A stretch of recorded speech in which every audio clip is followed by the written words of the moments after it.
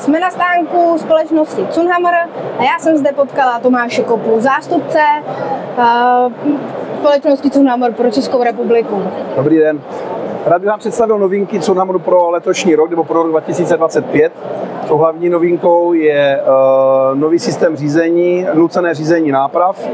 Revolučně v tom, že nápravy jsou řízeny bez spojení, je tam bezdrátové spojení mezi traktorem a cisternou a to řízení funguje na základě gyroskopického snímače, který je umístěn v centrální desce cisterny. Můžou být řízeny nejenom jedna náprava, ale u tandemové nápravy obě, to znamená, u tandemové nápravy jsou řízena přední i zadní náprava, u tridemové nápravy jsou řízeny přední a zadní náprava. Automaticky se ten systém skalibrovává během jízdy cisterny na silnici, zvyšuje se progresivita ze zvyšující se rychlosti a od 30 km za hodinu jsou nápravy zafixovány do pevné polohy. Automaticky při snížení rychlosti se zase aktivuje řízení. Funguje i vlastně při zpětném řízení, při couvání.